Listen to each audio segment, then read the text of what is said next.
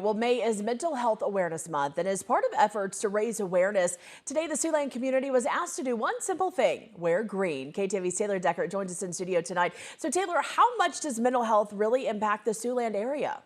Well, according to data from Source for Siouxland, the tri-state saw a 38% increase in the number of poor mental health days the average adult experienced based on this data from 2019 to 2024. I spoke with a Siouxland teen who shares how he is becoming an advocate for mental health after his own struggles.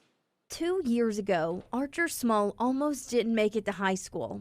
I was facing a lot of lonely, suicidal, and just genuine, sad thoughts, mainly during my time. It was a friend who started worrying about him and talked to his mom. If you need help, you can get it. Just ask somebody, reach out to a trusted adult, maybe even a friend, a teacher, loved one, anybody, but they want to help you.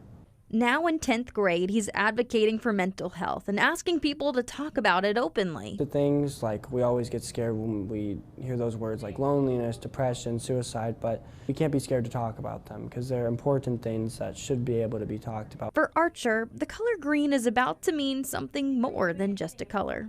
Siouxland businesses like Baird are taking up the challenge, bringing the office together to wear green for mental health awareness. In my opinion, it's okay to not be okay, and we all go through rough patches in our lives, and so what a great way to raise community awareness and bring that about. Siouxland Mental Health Center is promoting talking about mental health in schools and workplaces. Like life is okay, and I think the pressures that come with social media and all of those things make it hard for people.